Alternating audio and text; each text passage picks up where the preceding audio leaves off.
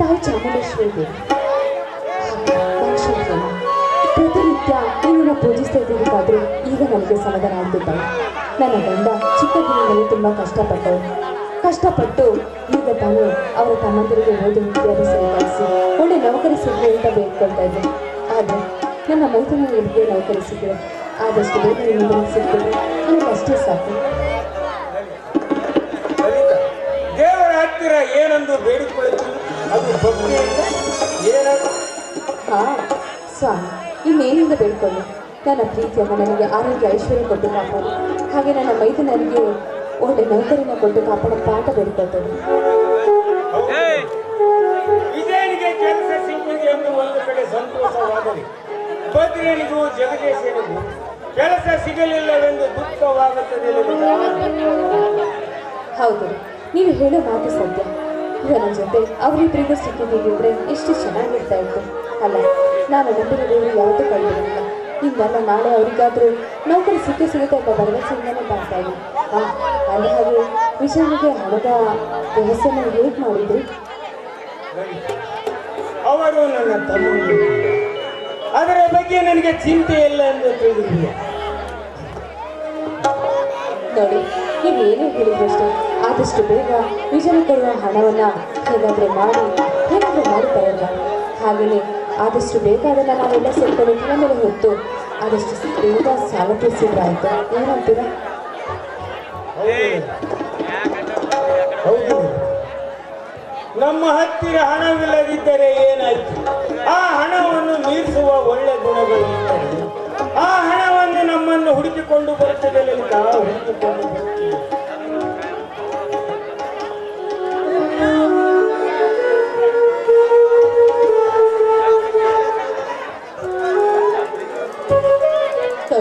ವಿಜಯ ಎಲ್ಲ ಹೋಗ್ತೀನಿ ಅಂತ ಹೋದನು, ಇನ್ನೂ ಬರಲಿಲ್ಲ. ಆದಷ್ಟು ಬೇಗ ಅವರ ವ್ಯವಸ್ಥೆನ ಮಾಡಿ ಅವನನ್ನು ಕಳಿಸ್ಕೊಟ್ರೆ ನನಗೆ ನಮ್ಮ ಮನಸ್ಸಿಗೆ ಸಮಾಧಾನ ಆಗುತ್ತೆ ಅಲ್ಲವೇನ್ರಿ?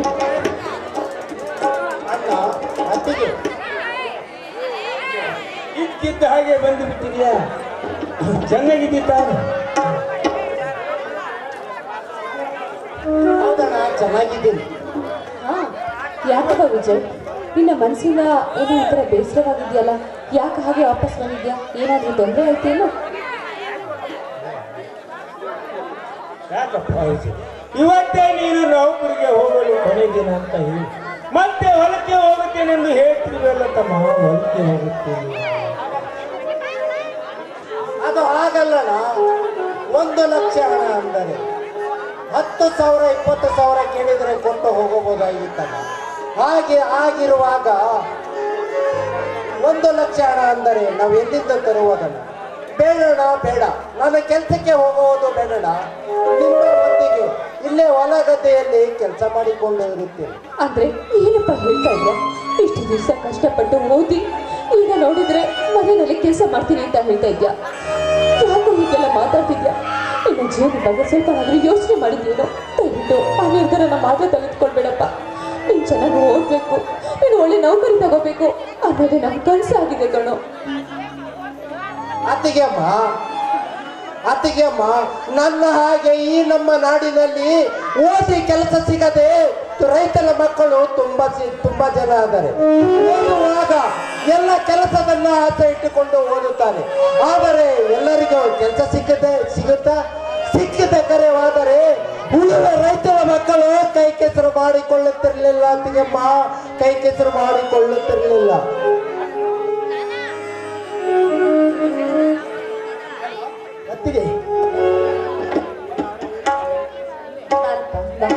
ಒಳ್ಳೆ ಸಮಯಕ್ಕೆ ಬಂದಿದ್ವಿ. ತಾವೀಗ ತಾನೇ ಬಗ್ಗೆನೇ ಮಾತಾಡ್ತಾ ಇದ್ವಿ.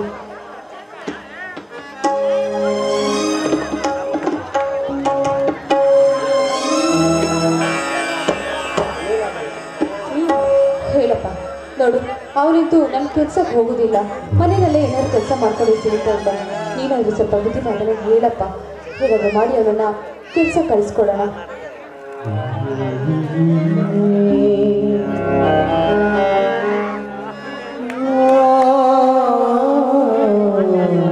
ಏನು ಅತ್ತಿಗೆಮ್ಮ, ಹಣ ತಿಂದಿದ್ದಾರ? ಅಣ್ಣ ಹೇಳುತ್ತಿರುವುದು ನಿಜವೇ?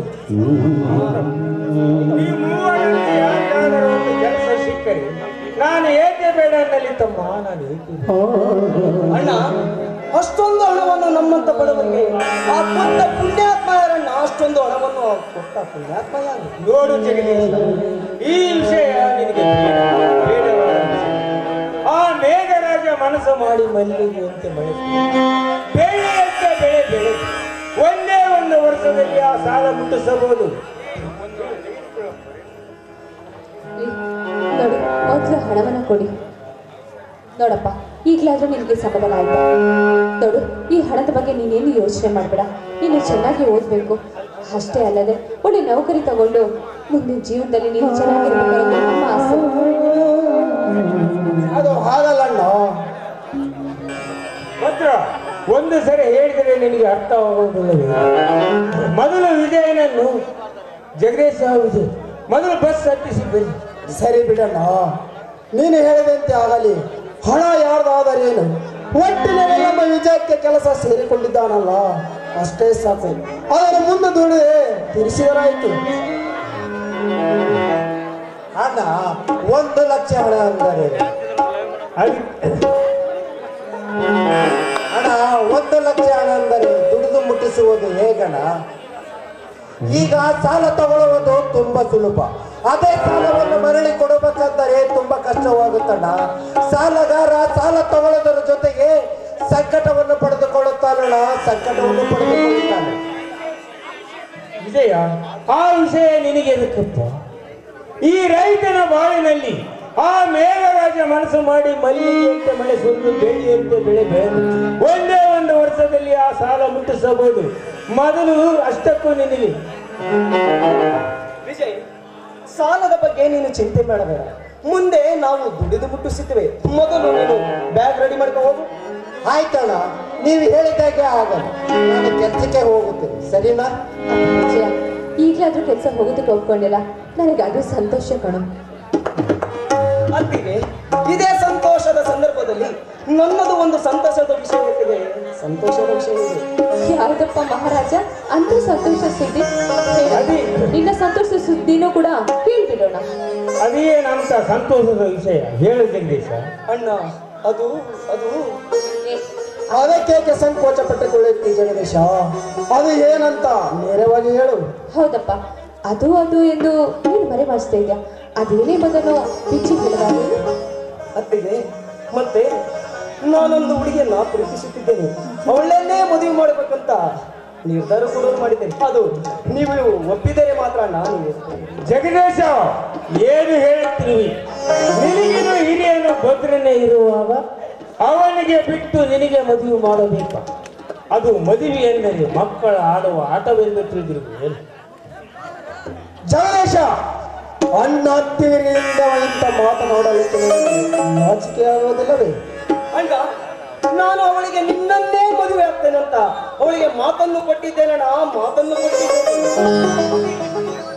ಹೋಗ್ಲಿ ಬಿಡ್ರಿ ತೊಡಿ, ಹೋಗ್ಲಿ ಬಿಡ್ರಿ ತೊಡಿ. ನಾವೇ ಅವನಿಗೆ ಹೆಣ್ಣು ನೋಡಿ ಮದುವೆ ಮಾಡಬೇಕಾಗಿತ್ತು. ಆದ್ರೆ ಅವನೇ ಪ್ರೀತಿಸಿದೀನಿ ಅಂತ ಹೇಳ್ತಾ ಇದ್ದಾನೆ. ಆ ಹುಡುಗಿ ಯಾರೆಂಬುದನ್ನು ತಿಳಿದು ಇವರೊಂದಿಗೆ ಮದುವೆ ಮಾಡಿದ್ರೆ ಆಯ್ತು. ಇಬ್ರು ಹೇಗಿದ್ರು ವಯಸ್ಸಿಗೆ ಬಂದಿದ್ದಾರಲ್ವಾ? ಜಗದೀಶ್, ಹೇಳಪ್ಪ, ಅದು ಯಾರ ಮನೆ ಹುಡುಗಿ ಅಂತೂ ಹೇಳು. ನಾನೇ ಅವರ ಮನೆಗೆ ಹೋಗಿ ಮಾತನಾಡಿಕೊಂಡು ಬರುತ್ತೇನೆ. ಹೌದಪ್ಪ, ಆ ಹುಡುಗಿ ಯಾರೆಂಬುದನ್ನ ತಿಳಿಸಿ ಹೇಳಿಬೇಕಾಗುತ್ತಾವೆ. ಯಾರಂತ ಹೇಳು, ಅವರೊಂದಿಗೆ ಕೂರಿಸಿ ಮದುವೆ ಮಾಡಿಸ್ಕೊ. ಏನು ಹೇಳ್ತೀನಿ, ಏನು ಹೇಳ್ತೀನಿ? ಈಗ ತಾನೇ ತಮ್ಮನಿಗೋಸ್ಕರ ಸಾಲ ಮಾಡಿದ್ದೀನಿ. ಅದನ್ನು ದುಡಿದು ತೀರಿಸೋದನ್ನು ಬಿಟ್ಟರೆ ಮದುವೆ ಮಾಡಿಕೊಂಡ್ರೆ ಆ ಸಾಲ ತೀರಿಸುವವರು ಯಾರ? ತೀರಿಸುವವರು. ಈಗ ನನಗೆ ಎಷ್ಟು ಬೇಗ ಮದುವೆ ಬೇಡ ಆಗ್ತಿದೆ, ಮದುವೆ ಬೇಡ. ಬೇಕಾದರೆ ನನ್ನ ತಮ್ಮ ಜಗದೀಶನಿಗೆ ಮದುವೆ ಮಾಡೋ ಆಗ್ತಿದೆ. ನಾನು ಬರುತ್ತೇನೆ ಆಗ್ತಿದೆ. ದೊಡ್ಡವನ ಬಿಟ್ಟು ಸಣ್ಣವನಿಗೆ ಮದುವೆ ಮಾಡಿದರೆ ಇಲ್ಲಿ ಊರಿನ ಜನ ಏನೆಂದು ತಿಳಿದುಕೊಳ್ಳುತ್ತಾರೆ? ಮದುವೆ ಎಂದರೆ ಮಕ್ಕಳ ಸಾಧ್ಯವಿಲ್ಲ. ದಯವಿಟ್ಟು ಹಾಗೆ ಹೇಳಬೇಡಣ್ಣ, ಹಾಗೆ ಹೇಳಬೇಡಿ. ಹಾಗೆ ಹೇಳಿ ನನ್ನಿಂದ ನನ್ನ ಪ್ರೀತಿಯನ್ನು ದೂರ ಮಾಡಬೇಡಣ್ಣ, ದೂರ ಮಾಡಬೇಡಿ. ಬೇಕಾದರೆ ನನ್ನ ಕಾರ್ಯಕ್ಕೆ ಬೇಡಿಕೊಳ್ಳುತ್ತೇನಣ್ಣ. ಚಿಕ್ಕವನಿನಿಂದ ನೀವೇನೇ ಕೇಳಿದರೂ ನಾನು ಇಲ್ಲ ಎನ್ನುವ ಹಾಗೆ ಸಾಕಿ ಸಲಹಿ ಬೆಳೆಸಿದೆ. ಆದರೆ ಈಗ ಇದನ್ನು ಕೇಳ್ತಿ ಅಂದರೆ ಹೇಳು, ಅವರ ಮನೆಗೆ ನಾನು ಹೋಗಿ ಮಾತಾಡಿಕೊಂಡು ಬರ್ತೀನಿ. ಅದು ಯಾರ ಮನೆ ಹುಡುಗಿ ಅಂತ ಹೇಳುತ್ತಮ್ಮ, ಹೇಳು. ಹೇಳಪ್ಪ ಜಗದೀಶ, ಅದ್ ಯಾವ ಮನೆ ಹುಡುಗಿ, ಯಾರನ್ನ ಪ್ರೀತಿಸಿದ್ಯಾ, ಯಾರು ಅಂತ ಹೇಳಿದ್ರೆ ತಾನೇ ಅರ್ಥವಾಗೋದು. ಹೇಳಪ್ಪ, ಇದಕ್ಕೆ ನಾನು ಒಪ್ಪಿಸ್ತೀನಿ. ಅವಳು ಅವಳು ಈ ಊರಿನ MLA ಸಿದ್ದಪ್ಪನ ಮಗಳು ಸುಮಾ.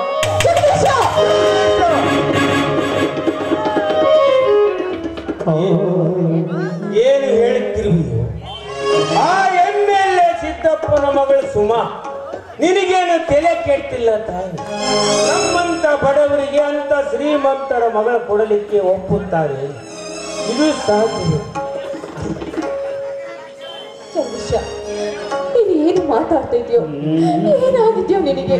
ನೋಡು, ಅಂತ ಶ್ರೀಮಂತರ ಮನೆ ಹುಡುಗಿನ ಮದುವೆ ಆಗ್ತೀನಿ ಅಂತ ಹೇಳ್ತಾ ಇದೆಯಲ್ಲ, ನಮ್ಮಂತ ಬಡವ್ರ ಮನೆಗೆ ಅವ್ರ ಮನೆ ಹೆಣ್ಣು ಮಗನ ಕೊಡ್ತಾರೇನೋ? ದುಡುಕಿ ತಪ್ಪು ಮಾಡ್ಬಿಟ್ಟೆ ಕಣೋ, ದುಡುಕಿ ತಪ್ಪು ಮಾಡ್ಬಿಟ್ಟೆ. ಏನು ಹೇಳುತ್ತಿರುವೆ? ಪ್ರೀತಿಸುವುದು ತಪ್ಪ? ಇಲ್ಲ, ಪ್ರೀತಿಸಿದವರನ್ನ ಮದುವೆ ಆಗುದು ತಪ್ಪ? ಯಾವುದು ತಪ್ಪಂತ ಹೇಳುವತ್ತಿಗೆ ಯಾವುದು ತಪ್ಪಂತ? ನೀನು ಪ್ರೀತಿಸೋದು ತಪ್ಪು ಅಂತ ಹೇಳ್ತಾ ಇಲ್ವೋ? ಆದ್ರೆ ನೀನು ಪ್ರೀತಿಸ್ಬೇಕಾದ್ರೆ ಯಾವ ಮನೆ ತಂದವರು, ನಮ್ಮ ಮನೆತನಕ್ಕೆ ಯಾವ ಹೆಣ್ಣು ಬರಬಹುದು ಅಂತ ಯೋಚನೆ ಮಾಡಿ ನೀನು ಪ್ರೀತಿಸ್ಬೇಕಾಗಿತ್ತು. ಅಂತ ಶ್ರೀಮಂತರ ಮನೆಯ ಹುಡುಗಿನ ಪ್ರೀತಿಸಿ ನಮ್ಮಂತ ಬಡವರ ಮನೆಗೆ ಕರ್ಕೊಂಡು ಬರೋದಕ್ಕೆ ಅವ್ರ ಮನೆಯವರಾದ್ರೂ ಹೋಗ್ತಾರೇನೋ? ಖಂಡಿತವಾಗ್ಲೂ ಈ ಮದುವೆ ನಡೆದಕ್ಕೆ ಸಾಧ್ಯವಿಲ್ಲವಪ್ಪ, ಸಾಧ್ಯವಿಲ್ಲ. ಪ್ರೀತಿಯ ಬಗ್ಗೆ ನಿಮಗೆ ಅಷ್ಟೊಂದು ತಿಳಿದಿಲ್ಲ ಅಂತ ಕಾಣುತ್ತೆ. ಅತ್ತಿಗೆ, ಪ್ರೀತಿ ಒಂದು ಸಾರಿ ಹುಟ್ಟಿದರೆ ಅದಕ್ಕೆ ಎಂದು ಸಾವೇ ಇಲ್ಲ ಅತ್ತಿಗೆ, ಸಾವಿಲ್ಲ. ಒಂದು ವೇಳೆ ನೀವು ಇದಕ್ಕೆ ಒಪ್ಪದಿದ್ದರೆ ಸಾಯುವುದು ನಮ್ಮ ಪ್ರೀತಿ ಅಲ್ಲ ಅತ್ತಿಗೆ, ನಾನು ಅತ್ತಿಗೆ.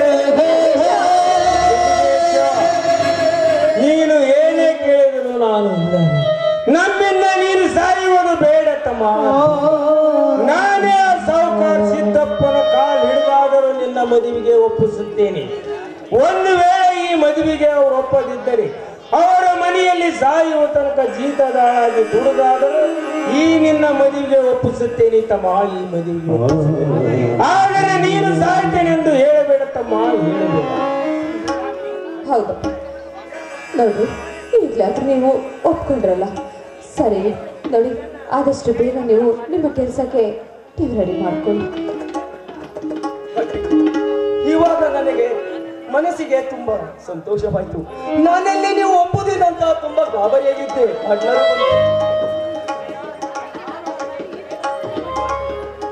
ಅಣ್ಣ ಅತ್ತಿಗೆ, ನನಗೆ ಬಸ್ಸಿಗೆ ಹೋಗ್ತಾ ಇತ್ತು, ಆಶೀರ್ವಾದ ಮಾಡಿ.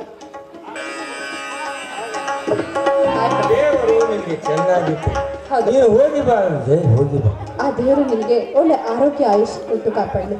ಹಾಗಾಗಿ ಹುಷಾರಾಗಿ ನಿನ್ನ ಜೀವನ ನೋಡ್ಕೊಳ್ಳೋ, ಹುಷಾರಾಗಿ ಹೋಗ್ಬಿಟ್ ಬಾ. ಆಯ್ತು ಅತ್ತಿಗೆ ಅಮ್ಮ, ನಾನು ಹೋಗುವುದು ಟ್ರೈನಿಂಗ್ ಅಷ್ಟೇ.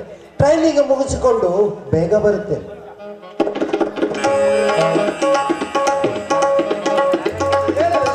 ಇನ್ನು ನೀನು ರೆಡಿಯಾಗಿಲ್ಲವೇ? ಎಲ್ಲ ರೆಡಿ ಆಗಿದ್ದೇನಣ್ಣ, ನಿನ್ನ ದಾರಿಯನ್ನ ಕಾಯ್ತಾ ಇದ್ದೇನೆ. ಇನ್ನು ನೀನು ಬಂದಾಯ್ತಲ್ಲ, ಹೋಗೋದೊಂದೇ ಬಾಕಿ. ಭದ್ರ, ಜಗದೀಶ, ನೀವಿಬ್ಬರು ಹೋಗಿ ವಿಜಯನನ್ನು ಬಸ್ ಹತ್ತಿಸಿ ಬನ್ನಿ. ನಾನು ಸ್ವಲ್ಪ ಗೌಡ್ರ ಮನೆಗೆ ಹೋಗಿ ಮಾತಾಡಿಕೊಂಡು ಬರುತ್ತೇನೆ. ಅಣ್ಣ, ನೀನು ಗೌಡ ಮನೆಗೆ ಹೋಗಿ ಬರುವುದು ಬೇಡಣ್ಣ, ಬೇಡ. ಬರುವಾಗ ನಾನೇ ಹೋಗಿ ಬರುತ್ತೇನಣ್ಣ, ನಾನೇ ಹೋಗಿ ಬರುತ್ತೇನೆ. ಭದ್ರ, ನಾನು ಹೇಳಷ್ಟು ಮಾಡು, ಇಲ್ಲದ ವಿಷಯ ನಿನಗೆ ಏಕೆ? ಮೊದಲು ವಿಜಯನನ್ನು ಕಳಿಸಿ ಬನ್ನಿ. ಸರಿ ಬಿಡಣ್ಣ, ನೀನು ಹೇಳಿದಂತೆ ಆಗಲಿ. ಹಾ ವಿಜಯ್, ನಡೆ ಹೋಗೋಣ.